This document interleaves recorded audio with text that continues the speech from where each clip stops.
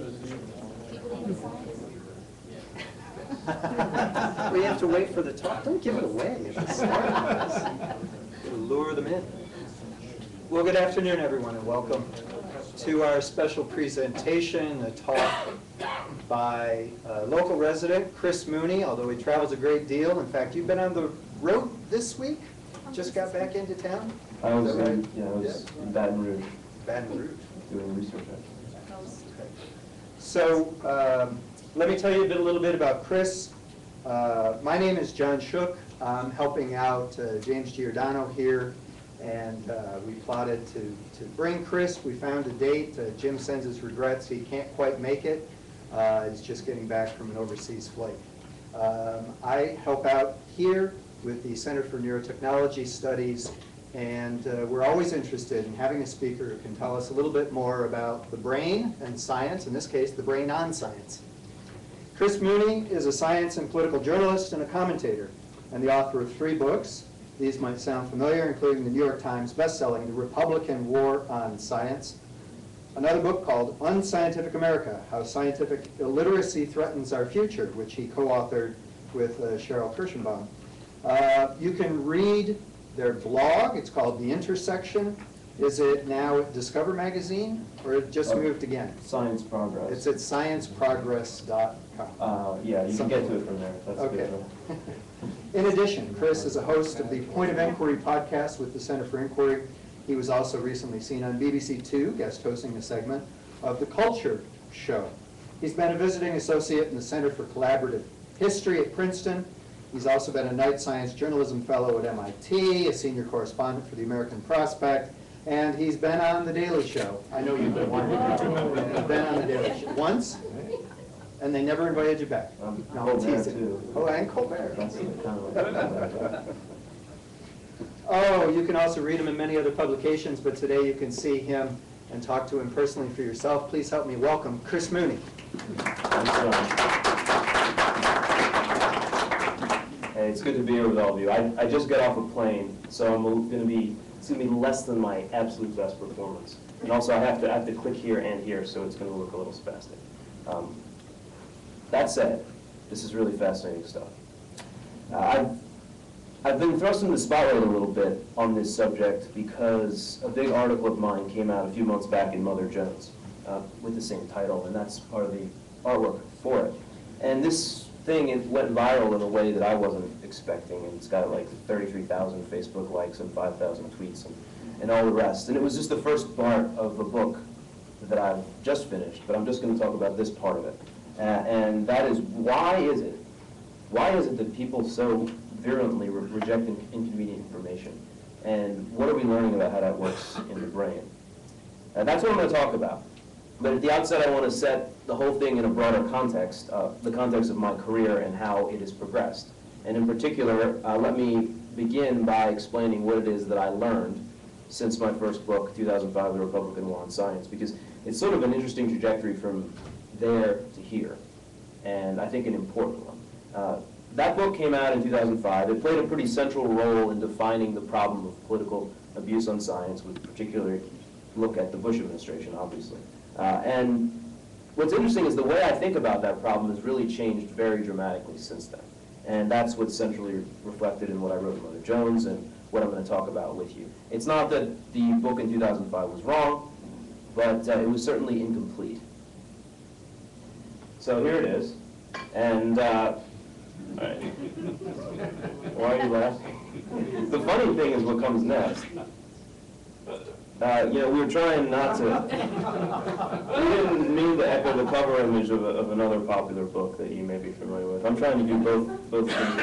But the argument here was that, under the last administration, scientific information was under attack in the government, and they were undermining science and stem cell research and global warming, all the rest. I mean, this is part of history now. It came out in 2005.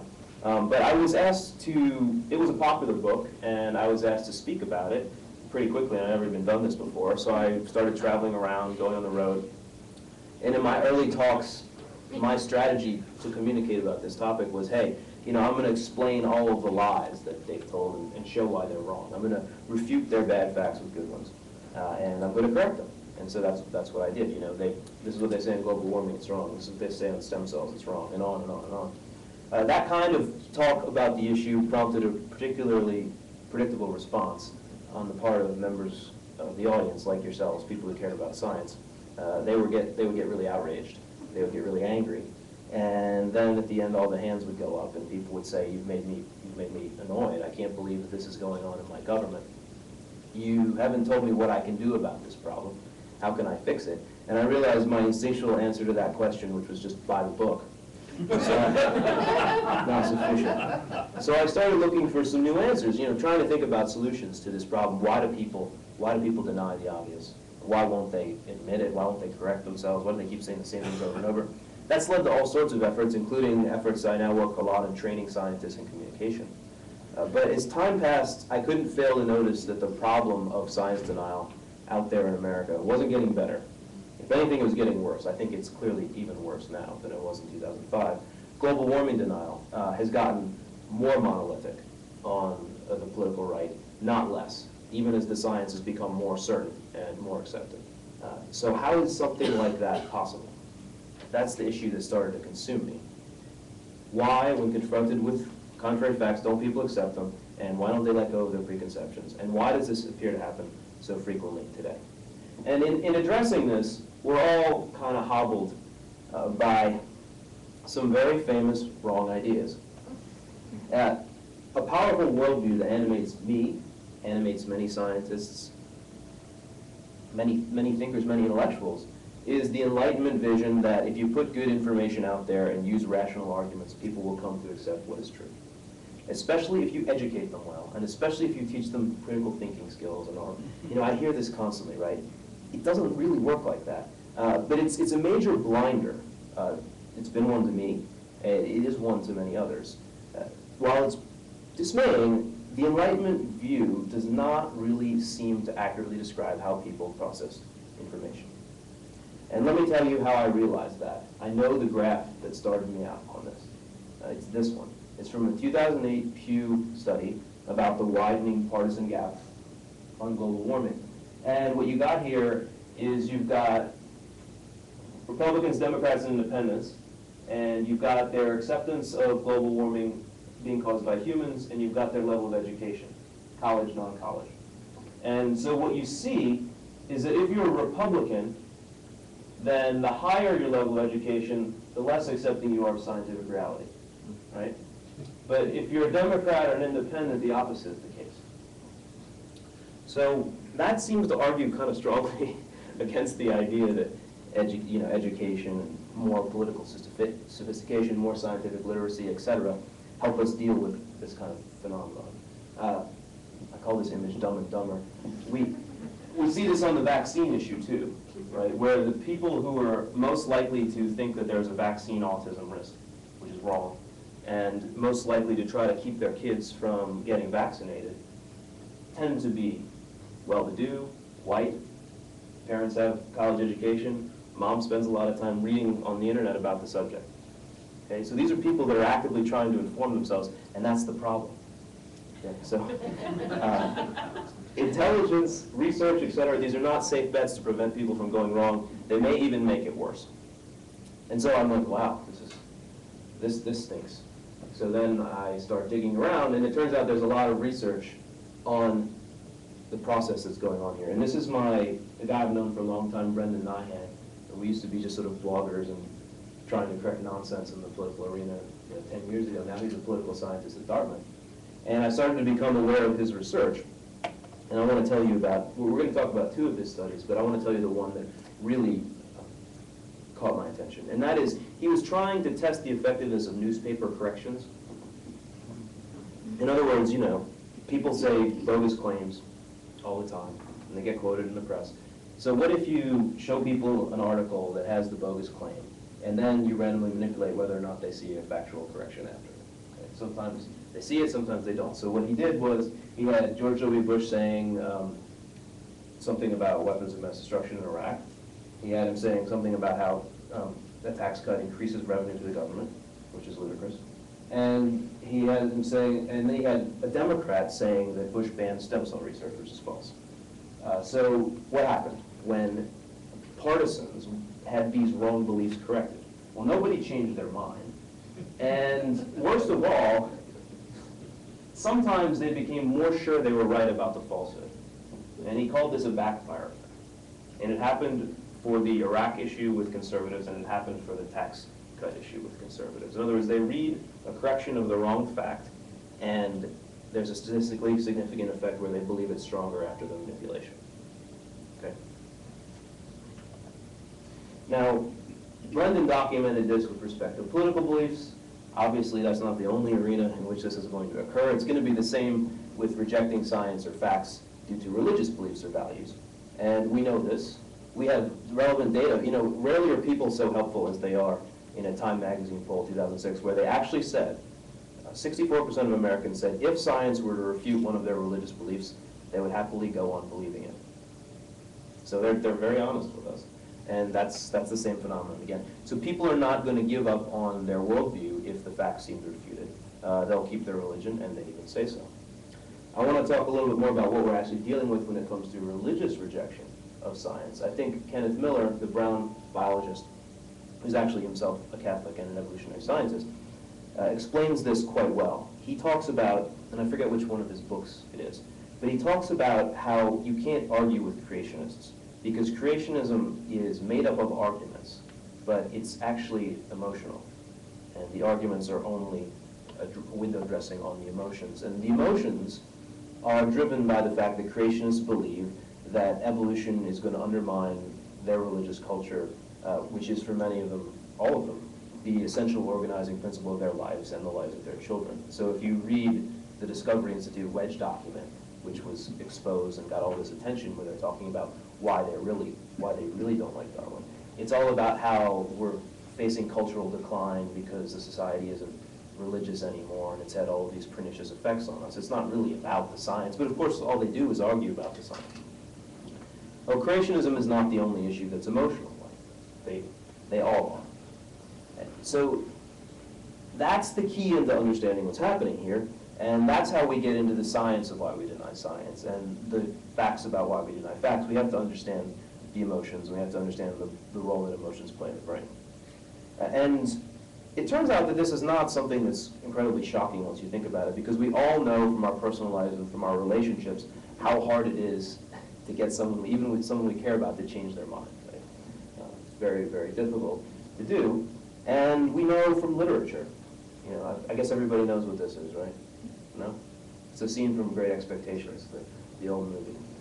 I don't think there's any better novel or movie about self-delusion than Great Expectations. And not just self-delusion, but rationalization of the wrong idea that you come up with and cling to. And in this case, it's the idea Pip thinks that Miss Havisham is his benefactor, but of course it's the convict. And he's unable to accept this, and he essentially ruins his life through his delusions. What Dickens grasped in this literary way is what we're now confirming based on psychology and also increasingly neuroscience. And what it leads to is the theory of motivated reasoning, which is sort of an updated version of cognitive dissonance, but it goes a lot further. And what that demonstrates is we don't reason any differently about politics or about science than we do about emotional things in our personal lives, as long as we have a strong emotional investment or commitment. And so let me tell you the essentials for understanding motivated reasoning. 3 core points that I think make it clear. The vast majority, we know this, of what the brain does, we're not aware of.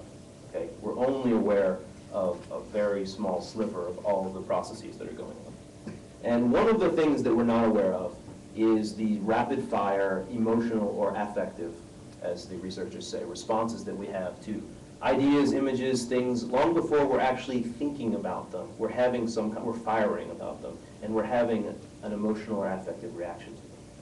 And then the emotional reactions guide the process of calling to conscious mind the thoughts, the associations, the arguments that these things have for you. Okay? So what this means is that if you have a negative emotional response to some bit of information, and then already you will be set on a path of arguing back against it many times. So we think when we're arguing that we're being logical and we're following steps to reach a conclusion that anyone else could follow, but actually what we're doing is we're not being scientists, we're being lawyers. And we are defending what we already wanted to show and what we already believed. And we can be really persuasive about it, okay? But nevertheless, that's what's happening. And this explains many, many, many things about why reasoning seems to go awry so much. It explains, for example, the phenomenon of goalpost shifting. Everybody know what that is? So if you refute someone definitively, okay, prove that they're wrong, and which happens with the birthers, right? Do they change their minds? No. Even if they say, show me this and I'll finally agree with you. You show them that and then they've got some other argument. They've shifted the goalposts. Or these dudes, right? So today was, you know, today is the end of the world. Because May 21st was the phony rapture. And this is the phony end of the world today. And what, does everyone know what was actually said when the rapture didn't happen on May 21st? The goalposts were moved, right? And Harold Camping said that it had been a spiritual rapture. So it had happened, right? This is classic. Right? This is the kind of thing that led to the theory of cognitive dissonance to begin with. This motivated reasoning doesn't only explain goalpost shifting, it explains a lot of other phenomena. For example, it explains how people always have their own experts that they cite and they think are right and they think they're better than other people's experts. A guy at Yale named Dan Kahan has done really interesting research on expertise and how motivated reasoning interacts with expertise. And to explain it, I got to explain to you his system of what he calls cultural cognition. So there are 4 groups in society in Dan Kahan's scheme work. And basically, there are 2 dimensions. And it goes from being highly individualistic to being highly communitarian, and being highly hierarchical to being highly egalitarian. Most of us know what these things mean, but an individualist is sort of a libertarian, right? They don't want anyone interfering in their lives. They think that you get ahead or you fall behind based on your own merit, and that's fair. And a communitarian thinks, to the contrary, that the society or the government ought to take care of people. The egalitarian thinks that we're all equal and that we should all have equal rights. We should all have roughly equal chance to have the same amount of income. He's very worried about the rights of minority groups. A hierarch thinks that there are various ways in which society should be structured. And some people end up being better than others in a variety of different ways if you're a hierarch. So, you know, when you set it up this way, then Kahan tries to think what people think about expertise. And in one study he performed, the individualist, let me just say one more thing. The individualist hierarchs go together most of the time, and the egalitarian communitarians go together most of the time, which means that you have Republicans here and Democrats here. Okay? That's kind of important. So when he does this, what he finds is that individualist hierarchs, or hierarchical individualists, only 23% of them, if you show them a scientist who thinks that global warming is caused by humans, think that's a trustworthy and knowledgeable expert. But 88% of the other ones, of the egalitarian communitarians, think that a scientist that says global warming is real and caused by humans is a real and trustworthy expert. So in other words, people think that the expertise is on their side. Nobody thinks that they're anti-science. They think that reality is and expertise is in line with their views. And even this is not the scariest thing about motivated reasoning. To me, what's scariest is what I call, and this is my scientific terminology, the smart idiot effect. And it's a technical term that I've coined to describe this kind of thing. Okay, we're back here again. And what smart idiocy is getting to know a lot about a topic, getting to be very conversant with it, and this sophistication or this knowledge driving you even further into denial or into rejection of the reality of the issue. And we know that that happens on global warming. I've shown you already the more highly educated Republicans. And that's just one of many, many studies in the social science literature on global warming that shows that as conservatives get more confident, more knowledgeable, more conversant with the issue, their denial increases. Okay? It doesn't decrease. And this has also been shown, interestingly, on death panels, where if the Republicans who think that they know more about health care are more sure that there are death panels in, quote, Obamacare, and the Democrats who think that they know more are more sure that there aren't death panels in Obamacare. What's going on here? Well, it seems like the more you're capable of coming up with sophisticated arguments to support your belief, then the more you reinforce the belief. And some people might have impressions, but they can't really defend what they think. They just sort of think it. But the sophisticates, the smart idiots, they've got all these arguments in their heads. And so when they engage in motivated reasoning, when their emotions fire, and then it becomes conscious, they've got all these things to say. And they say them ad nauseum, and they reinforce and strengthen the connections that they're using to produce this information. So if all this is true, then we have a kind of big problem. If all this is true, it also explains, all the polarization in America over what's factually true. So what would you do about it then? So let's suppose you wanted to short-circuit motivated reasoning. It's pretty clear that you don't argue facts, because given the way this process works, there'll be lots of counter-arguments, and minds won't change whenever people have strong commitments to a view. So what does work? I'm going to talk about 3 approaches that have been shown in studies to have at least some beneficial effect. And the first is framing. Oops, still having to move 2 slides. So people have heard of framing, right? The reason that framing works is that it can make certain facts seem less threatening to your beliefs or worldview. You can think of a frame as an organizational device for managing the complexity of an issue. All issues are complex, and all wonks know lots about them, and they could all write books about them. And so framing is taking one part of the issue and sort of sticking a frame up against the wall and just talking about the part that fits within the frame.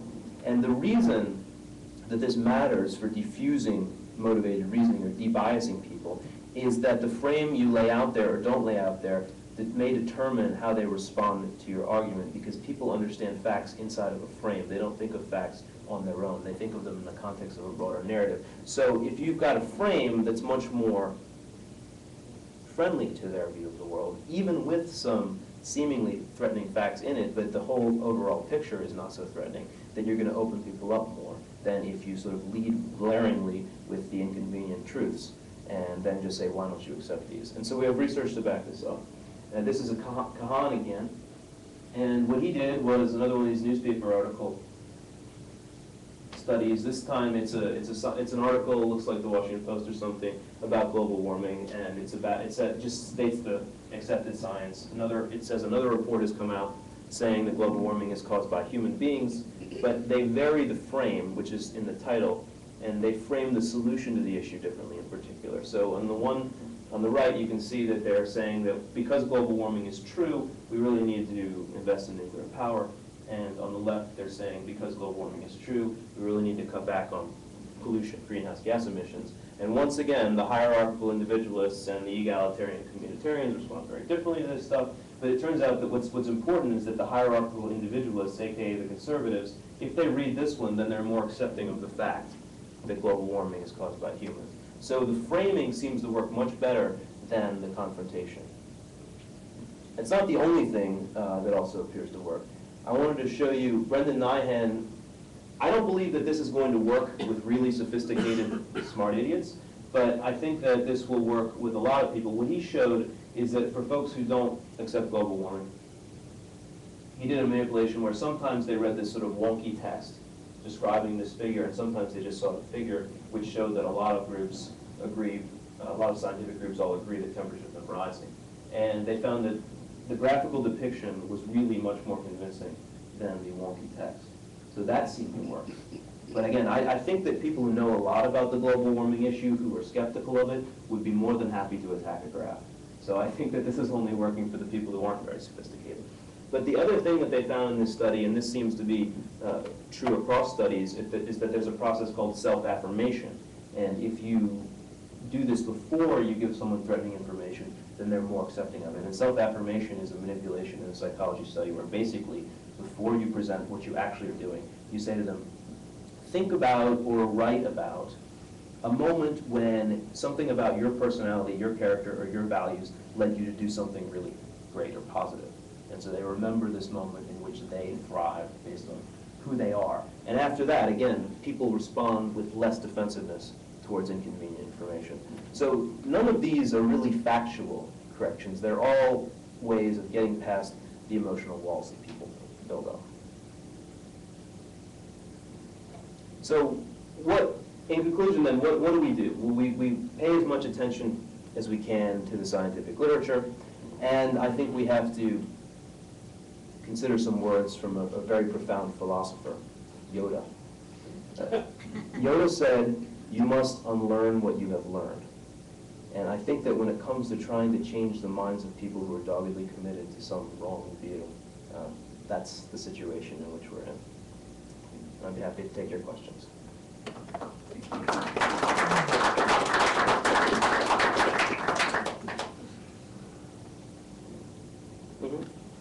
So you've described a polarization, like it's pretty clear.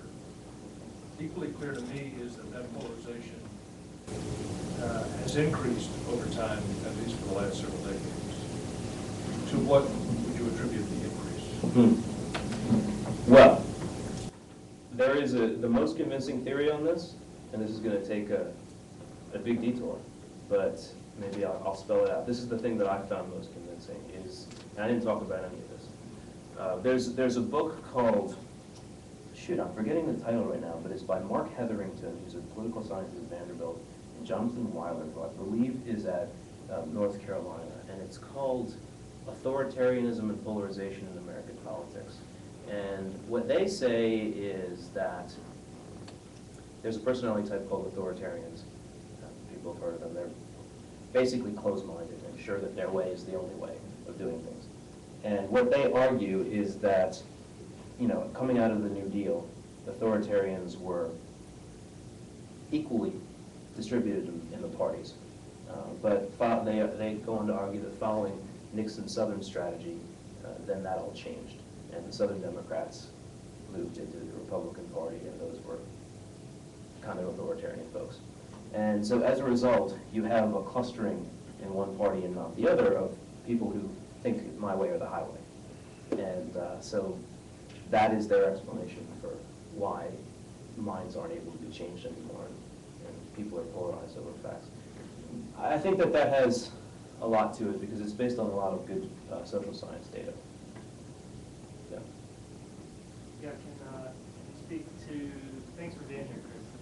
Glad to hear you talk about this. Can you speak to the role of trusted voices and the impact of, say, Chris Christie acknowledging climate change and Romney admitting it, John Hunt's Yeah, it's gonna help. Who the messenger is certainly going to make people more open.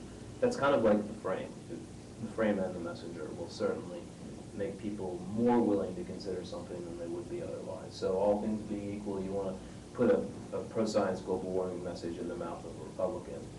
There's just no doubt about that. So insofar as that happens, then that's likely to be more depolarizing. And anything that Al Gore says is just treated as so, yeah. Have you done any research, or maybe this is your next book, but on the hierarchical individualist versus, the communitarianism of what determines, what are the things that give rise to an individual moving, starting out one way versus the other? Well, this is, what you've asked is the fundamental kind of nature-nurture question, really. Yeah. And so the answer is both. And I have done lots of research, and it is my next book. Survivable. Yeah, so, well, look, it's clear, first of all, in the completely nurture area, it's clear that you can move people based on events that happen in the world. So I think that Hurricane Katrina is an example of an event that stoked a lot of empathy in the population when people saw all these images of people suffering. And that leads to sort of a more liberal shift. 9/11 was an event that stoked a lot of fear in the population, leading to a conservative shift. So those things can clearly move people around. I also think there's a ton of evidence that suggests that there are sort of political personalities that are rooted in human nature, and that there's actually evidence that a lot of this is controlled by genes. So, yeah. Yeah, to that point, can you address the evolutionary anthropologist viewpoint? That's even a harder question to answer. Well, I mean, there's certain things that they feel they very strongly about in terms of the way societies have developed and the evolutionary benefit for, You mean the evolution of this grid, or? well, of ethnocentrism. Yeah, well, I think that it's clear that if you mean, so in-group, out-group behavior, having a Yeah, strong view of my side, your side. That's I mean, right. that's obviously an evolved behavior that has everything to do with tribalism, and I think we can pretty clearly explain why we're like that. But Yeah. once we explain it, Yeah. you're saying that going to the great philosopher Yoda, that there are things we have to unlearn, but I imagine it's not intellectual knowledge, it's emotional basis. Oh, And sure. it's going to need the leader to affect that, because most people are following the group's leaders. Mhm. Like And also, some people have stronger needs to belong to a group, and some people don't. So there's that going on as well. Yeah. Yeah, I mean, this is a deeply rooted thing in human nature, defining your tribe or your in-group, and defining your own identity based upon the ideas that they share. And that's why this kind of stuff is powerful. Right? Yeah. Because the people are clearly making up their minds about reality based upon what group they're in, not based upon reality. Right. Yeah. So having said that, why is it that, in your view, that attitudes about science are so different in the U.S. than in Europe and the rest of the world? Well, there are this kinds of phenomena should happen anywhere, but they will be culturally different as well. So, there will be science fights in Europe. There have been science fights in Europe. There is global warming denial in Europe. There is anti-evolutionism in Europe. It's not as strong. There is also, GM crops, anti-science, which we don't have a very strong movement in the United States. So it's sort of so it's going to again be kind of a nature-nurture kind of thing, right? Where you're going to have different cultures finding different issues come up and getting polarized over them. But the United States we have an incredibly polarized political culture. We have a very, strong religious culture, and we've had conservative religious revivals which lead to the anti-evolutionism thing. I mean, the history of anti-evolutionism is that it's a uniquely American thing originally that comes out of, I believe, the Seventh-day Adventists. Ron Numbers has this great book called The Creationists, where he sort of traces the whole history. And it's clear that didn't, at least the young Earth view, the idea that the Earth is less than 10,000 years old, that's a new idea. And it wasn't, what people were resisting Darwin with back when The Origin of Species originally came out. It's something that was created in America in the early 20th century. So that's an historical contingency. And that's one way in which the United States is a different place in Europe. That said, I think that these kinds of dynamics where identity drives misinformation can happen anywhere, should happen anywhere. But the issues are going to be different, just to a significant extent. Just that last the title that showed your book, Scientific Illiteracy in America. Mhm. Do you think that illiteracy about science is equally bad elsewhere in the world? No. But why not then? Well, actually, it turns out that illiteracy about science, based upon the last information that I've seen, we're not really that much worse than Europe. We might be a little bit better in terms of actually answering the 10 factual questions that they usually use in these surveys, which I'm not sure that's a very good measurement of how literate people are. But they'll ask you to talk about what's bigger, an electron or an atom, those kinds of questions. It's not clear that we're that much worse than Europeans on those kind of measures. We're clearly way more politicized about science, and I think that's a different thing than literacy. And so we have a politics that creates polarization over reality, and I don't think that the scientific literacy questions pick that up. In fact, I didn't talk about this study, but it turns out that increasing scientific literacy, this is again the smart idiots thing, increasing scientific literacy and increasing mathematical reasoning, which is called numeracy, among conservatives, again makes them more likely to deny climate change.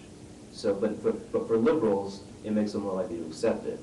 And interestingly, this is again Kahan's research, interestingly, the pattern does not bear out on nuclear power. So increasing literacy on that issue makes both groups, increasing scientific literacy and numeracy makes both groups more accepting. So liberals don't follow what you would think they would be their initial impulses, which is to be suspicious of nuclear power, they actually become more accepting of nuclear power when they get smarter. So that's points to a potential asymmetry. Yeah. There's an interesting phenomenon in the world of alternative medicine. Sometimes people will have an experience, but it can't be explained by science, and so they end up denying, that it happened. But they just completely reject it because there's no scientific explanation. I'm not sure what you mean. People give up on their experience because... They reject that what they experienced was a reality because it can't be explained by science. And it happens more in kind of the health area. Well, I think people have all kinds of subjective things. Well, and I think it's an interesting, poll. you can't generalize one based on one person, so that's probably why they can't make anything of that's not really data. So, Right, but then they just will dismiss the fact that it ever occurred, even though it really occurred. well, something occurred. But they'll, Yeah. which is, I think it's something to consider as you try and figure out the brain. Mhm. Yes. Well, obviously, I'm sorry. Both of you. Yeah. In sequence. We seem to be polarizing, obviously, at an exponential rate. The title of your book doesn't exactly instill great hope. And I'm curious if there's any silver lining anywhere in here that we can... The silver lining is only this. The silver lining is if you want to rescue the Enlightenment, which is going to be, very hard, but George Lakoff says we can have a new Enlightenment that's not as naive as the old one. And I guess I agree with that. And that means that you would have to understand how the brain works and take all of that into account before you try to do any kind of persuasion activities. And so science still ends up being the answer. Ends up being the answer to persuasion. In that sense, we probably don't know enough. But the kinds of things that I pointed to at the end, self-affirmation, framing, some graphical depictions, they're showing in controlled studies that these are actually having a persuasion effect. So people have captured persuasion when people are defensive. And it seems to be using these kinds of things. But it works on both sides, as we've seen. If you have the hierarchical individualists, they have gotten this down to a science where they realize you can just lie about anything, and if your group will back you up, yeah. And if you're, and the other thing that we didn't mention yet, which is again why these are nature-nurture things, is if your elites will back you up, right? The political scientists talk a lot about elites and what a Fox News host will say versus what a CNN host will say, what a elected representative will say on one side versus the other. And if elites think that they can get away with things, then they do get away with things, and they get away with a lot of these things. And then everybody follows the lead, and there doesn't seem to be much punishment for it. That's also, yeah. You're just leading exactly to the question I have, and I'm not sure I can frame it properly. But so much of our polarization is driven so strongly, it seems to me, by the news media within the U.S. Mm-hmm. And Fox News being the prime example, in my opinion. And they seem to have this down to a very good science. And when I hear you say, okay, here's the other science of how you might persuade people, but I'm struck by how would PBS ever, ever be able to do this, or CNN, or somebody be able to take this process in a way that they could really change the debate in a way that's going so fast the wrong way. Well, an evil twin of motivated reasoning that we didn't discuss, but you brought it up now, is a process called selective exposure. Have you heard of that? And that's just where people choose. We all do it. We all do engage in motivated reasoning too. But people selectively choose to be exposed to certain information rather than other information. Okay. And once they do that, then they can do all the other reasoning because they can have their beliefs affirmed. They can learn the arguments, and so they become sophisticates. And then they can become sophisticates who are wrong because they're getting reaffirmed and their views stroked over and over again. So we know this occurs. There's all this debate in the political science over how much it occurs and when and all that. But we know that people are selectively putting themselves into the Fox stream or the non-Fox stream. And liberals and conservatives aren't the same again. Conservatives have this really strong Fox affinity. Liberals have this strong anti-Fox affinity, but then they're like cool with all sorts of other different things. And there's not like some one thing that they love. But that changes. That obviously is clearly key here too. Yeah. Some of the approach here seems to be, quite frankly, falling into the same track you're describing. Mm-hmm. There's an absolute right and an absolute wrong. Frankly, there's gray areas and there's probabilities. I see that a lot of the defenses, the entire area of apologetics, whether it's religion or science, is based if there's one piece of evidence that proves your case, but 10 pieces that don't, you pay attention to the one piece that does. However, the one piece that does prove you may have legitimate evidence for. It's a matter of where's the preponderance of evidence and what's the probability. The New Earth creationists, the people who deny global warming, they can point to legitimate items that they can say there is some evidence. Shouldn't the approach be much more training people or the framing effort in terms of likelihood or probability? Because quite frankly, there are pieces of evidence in global warming that are contrary to the 99%. And rather than have the thing that says you were right or you were wrong, developing the arguments in terms of, well, yes, I understand, and that's a legitimate point. In religion, the Exodus has virtually no rational point in it, but you can't say that. You have to talk about probabilities because there's at least 1% chance it was correct, but there's 99% chance it wasn't. Someone ran an atmospheric modeling study suggesting how the Red Sea could have parted based upon meteorological effects. So they found a way to do it. There's a lot to unpack there. I agree with you that we should reason probabilistically, okay, and we should apportion our beliefs to the weight of the evidence. I absolutely agree with you about that. But motivated reasoning suggests that people will subjectively disagree about what the weight of the evidence is, and they will, cast their beliefs towards something that they think affirms them, even if the weight of the evidence isn't so strong. But if you sell the concepts of likelihood, people are just going to twist likelihood. They're going to. I mean, things are going to seem more likely to someone who wants them to seem likely than to someone who doesn't want them to seem likely. So I don't think you get out of the trap. Yeah, I've been trying that approach, and because I believe in that approach about probability, nothing's 100% either way. But when I talk to people who, and I've been talking to several, who I never read the paper because they're all lies.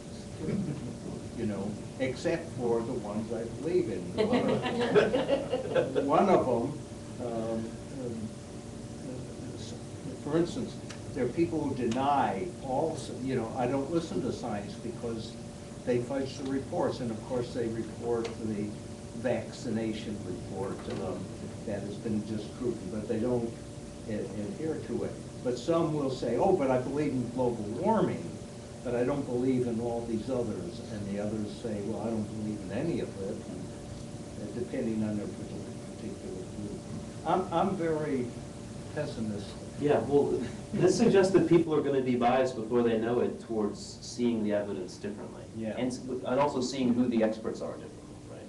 So and the problem, again, the reason why I don't think this will work, is that if you have a couple experts on one side and 1,000 experts on the other, people are going to biasedly assess where the weight of expertise is because they're going to pick out the ones that they want to agree with, and they're going to pay less attention to the rest. They may rationalize why there are the others. They may just not even really think that much about it, but they clearly have the ones that they want. So, and that's kind of like, looking at the weight of the evidence or not looking at the weight of the evidence. Looking at the distribution of expert opinion is another thing that they're going to be very subjective about.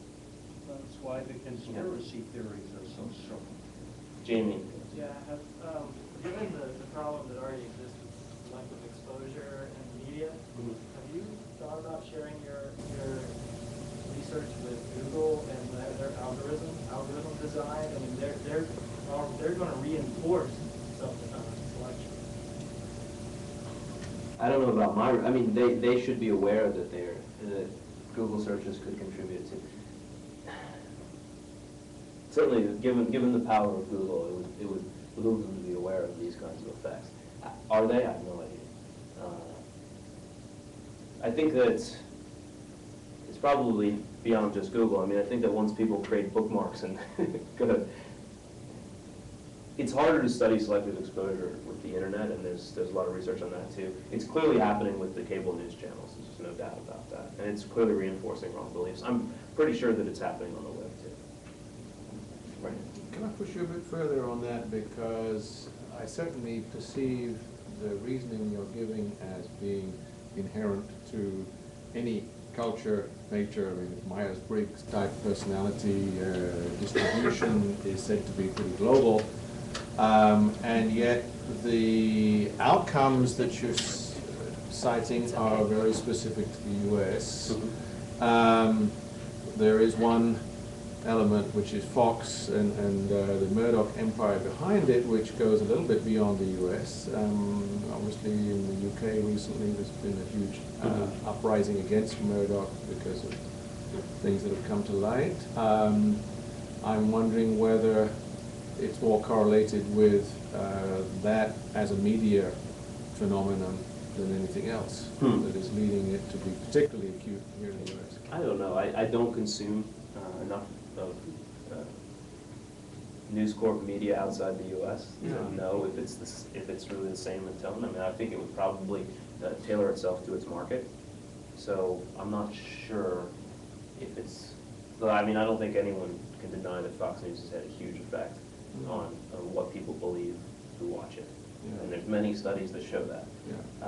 I also accept that in the UK, definitely there have been people who have been vigorously hostile to genetically modified crops, and I think probably also the vaccine issue. Yeah, those play out, very similar to our controversies about what's reality. And in fact, the vaccine controversy is in both countries, but the GMO one is not. I think that. All right, so there's several things rolling around there. I think that motivated reasoning is a human universal.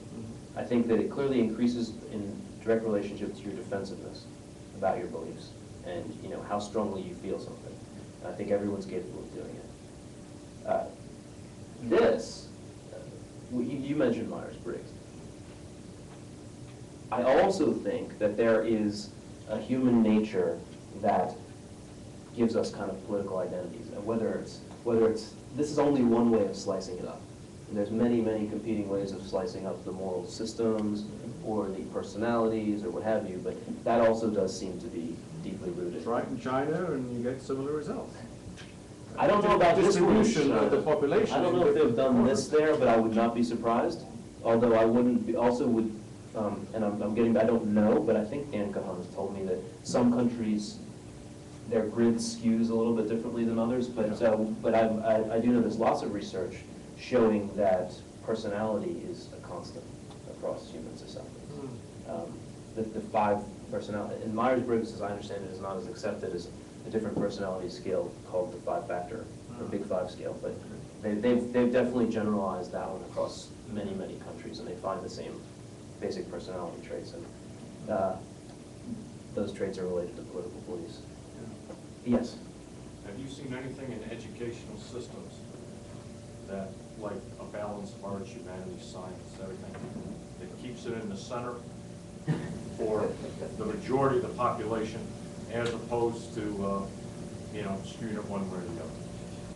It's really hard because I don't think that most educational systems, I don't know, there might be something like this, but the kind of teaching you would have to do to curtail motivated reasoning is not the kind of teaching you usually get.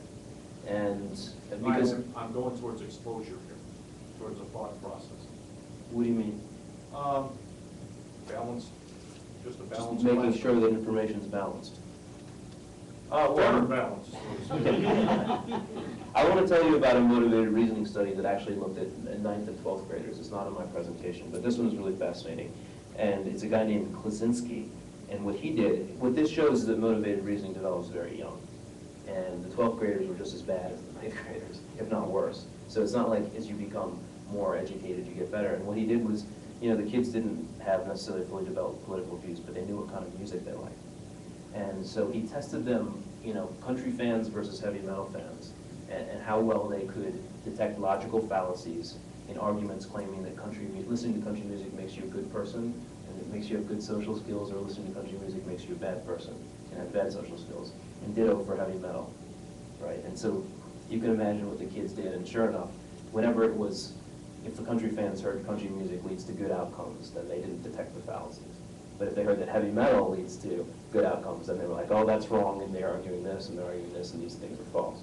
So what it showed was that the kids were completely capable of reasoning, and seeing logical fallacies, but they saw them disproportionately based upon whether it was a view they agreed with or a view that they disagreed with. And so it's just another one of many, many that shows it. So I don't think it's generally the approach of education to teach people how to put their ego aside. I mean, I think, well, I learned it a bit in college. I don't think I had any concept of that in high school. And I'm not sure that many people do. Sports is a great teacher of that. Okay. An opinion. Yeah, back there? What does all this mean for policy making? I mean, how do you make policy based on science if part of the population is fundamentally disagrees? It means that, it means that a two-party system is going to create a lot of, that's another thing we didn't mention, US versus Europe, that's going to make a big difference, right? Is going to create a lot of this kind of stuff.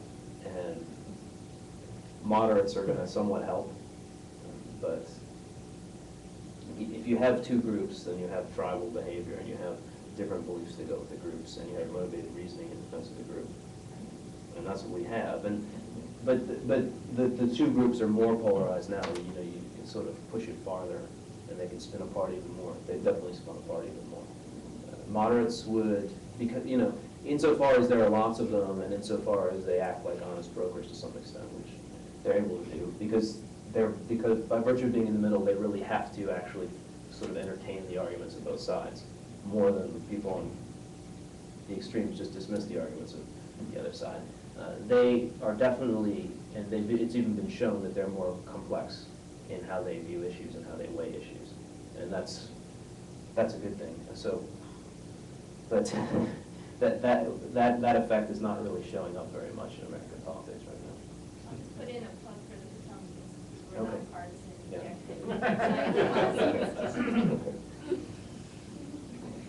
Yes, I'll get to you.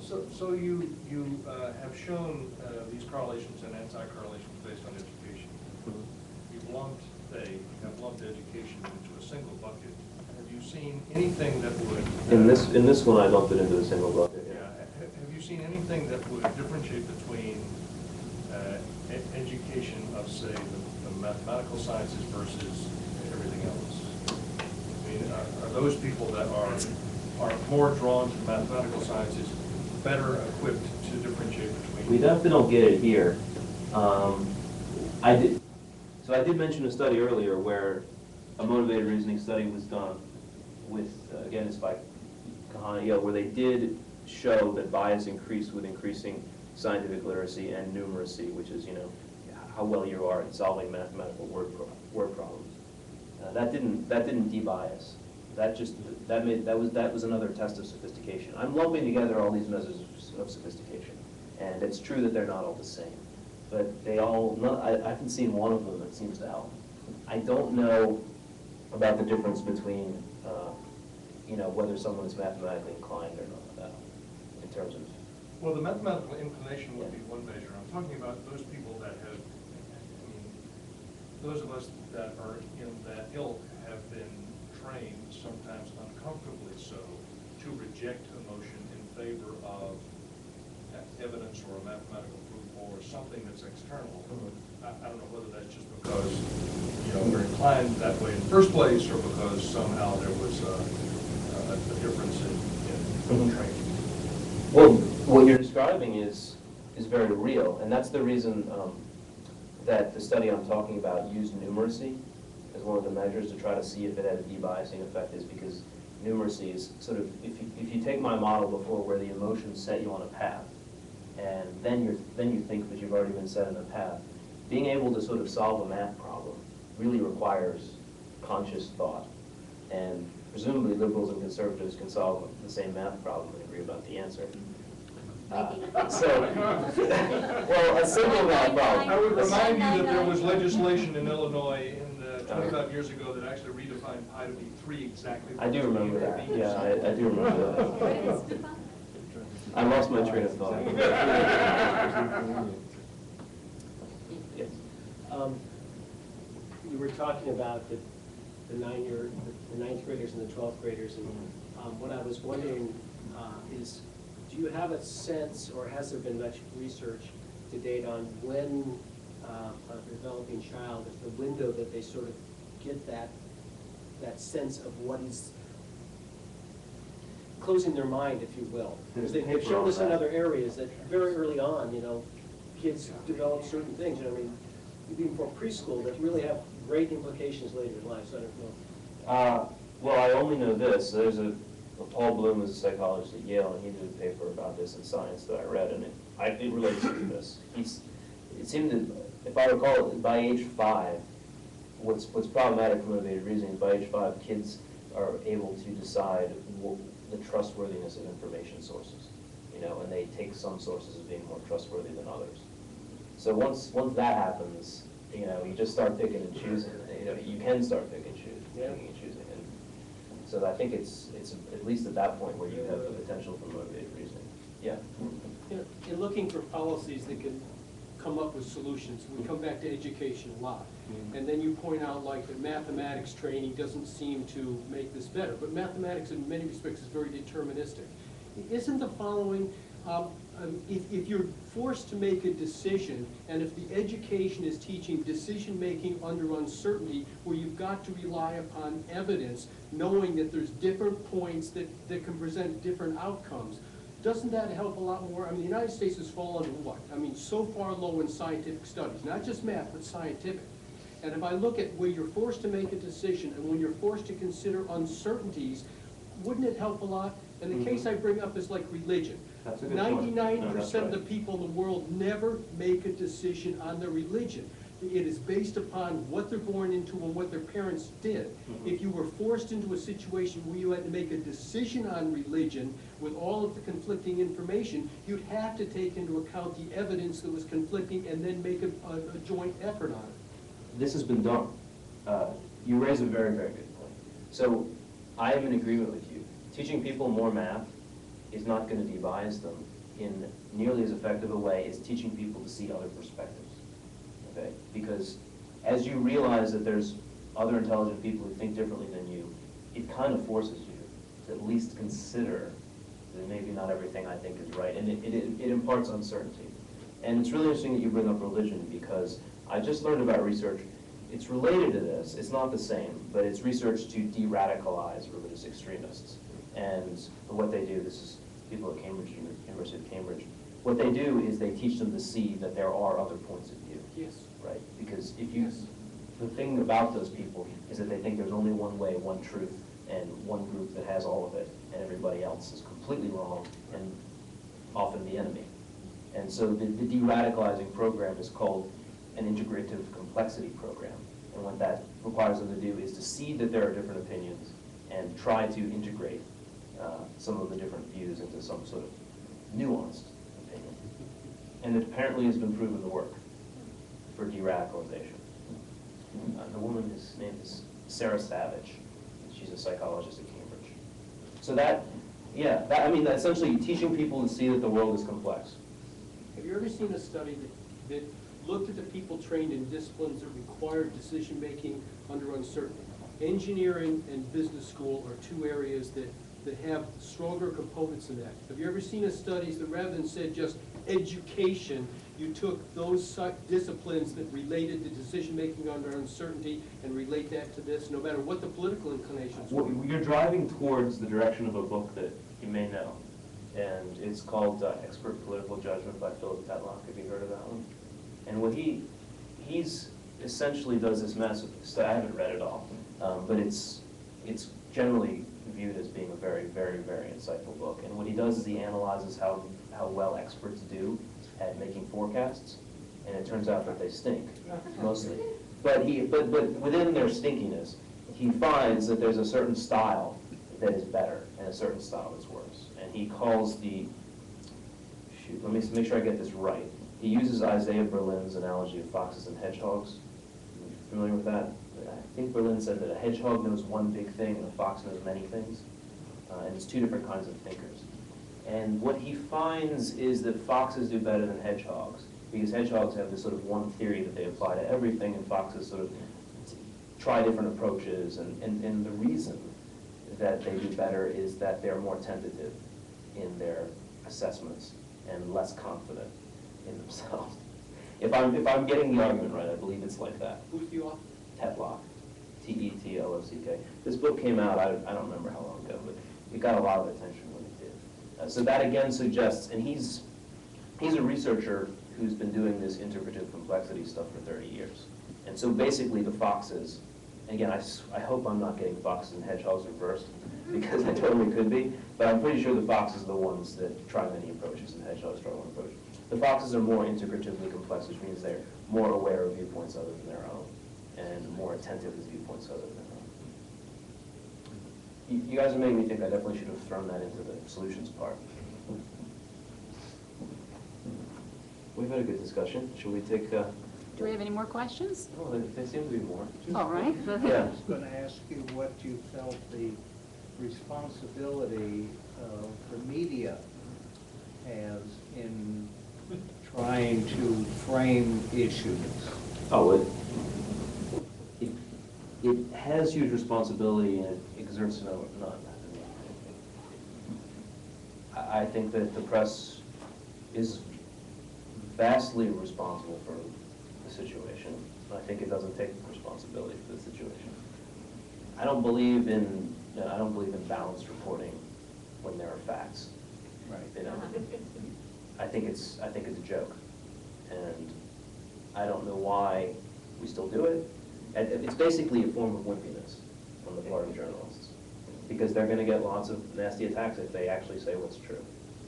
But So- do you think, I think in the past, maybe 20 years, some press was more liberal, and I think that gave rise to the Fox Yeah, network. the counter-reaction. Yeah. The counter-reaction, which is more extreme than whatever existed. Yeah. I mean, but sure, it was more liberal. I mean, it's tricky. Well, you're exposing my bias now, but yeah, Colbert said that reality has a well-known liberal bias. Well, that's a big surprise to us all. Okay, well, we end there? Thank you very much.